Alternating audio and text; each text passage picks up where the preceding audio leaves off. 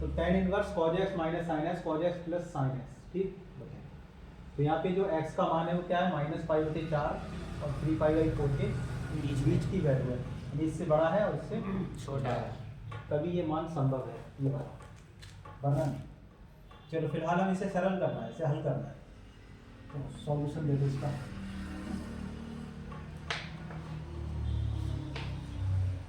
tan inverse cos x minus का sin x divide cos x plus का sin x, ठीक। tan inverse, अब यहाँ से cos x कॉमन ले लो, इसे tan बना दो पहले, ये cos x कॉमन लोगे तो क्या आएगा यहाँ पे, यहाँ cos x है कॉमन लिया तो 1 आया, अब यहाँ तो cos x है नहीं तो क्या लिखोगे, जहाँ नहीं है उसके बटे में लिख लो, समझ गए। क्योंकि अब जब इससे गुणा करोगे आप तो देखो यहाँ cos x आ जाएगा और यहाँ इससे इसकी गुणा करोगे तो cos x से cos x कट जाएगा, ऊपर वाला मान आ जाएगा, ऐसी बटे में लिखो सेम। cos x कॉमन लोगे तो कैसे लिखोगे, यहाँ है तो यहाँ 1 और यहाँ नहीं है तो इसके बटे में लिखो, ठीक है। अब बताओ कितना वैल्यू आएगा, cos x से cos x जाएगा कट, 1 माइनस sin x बटे cos x क्या आ जाएगा 10 और यहाँ भी 1 + tan x। हमारा मकसद क्या है, tan इनवर्स बनाना, ठीक। अब ध्यान सुनो, हमने एक सूत्र पढ़ाया था आपको, tan a प्लस b का पढ़ाया, क्या था, tan a plus tan b upon 1 minus tan a tan, ये तो था कि नहीं, हाँ बढ़िया।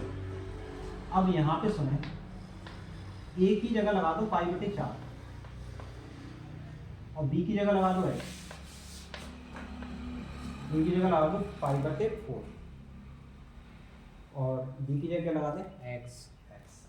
अब बताइए इसका फार्मूला क्या आएगा, इसी में रख के बताओ, tan a यानी tan π/4 प्लस b की जगह tan x divide by 1 minus tan π/4 और tan, ठीक है, ये फार्मूला है। और इसकी जगह पे हमने ये वैल्यू किया, रखा मान, π/4 का मतलब क्या है बताओ, π/4 का मतलब क्या है, π/4 का मतलब है 45 डिग्री, समझ गए नहीं, π/4 का मतलब क्या है 45 डिग्री। तो π/4 को डिग्री में कैसे बदलते हो, 180/π से गुणा करते हैं, तो पाई से पाई कैंसिल हो जाता है, 4 × 16 4 × 20, इस तरीके से। तो π/4 किसकी वैल्यू है 45 डिग्री, तो यहाँ 45 डिग्री है, तो tan 45 की वैल्यू क्या होती है 1, tan 45 का मान 1 होता है, कितना होता है 1, तो tan 45 का मान 1 यानी 1 प्लस tan x बटे में 1 माइनस tan x, समझ गए, 1 plus tan x 1 minus tan x, बड़ा इंपॉर्टेंट रिजल्ट है, आगे तक याद रखो इसे, ठीक है। कैसे आया वो सब बता दूंगा। जब कभी 1 plus tan x 1 minus tan x आ जाए तो उसकी जगह हम क्या लगाएंगे tan π/4 प्लस x लगाएंगे।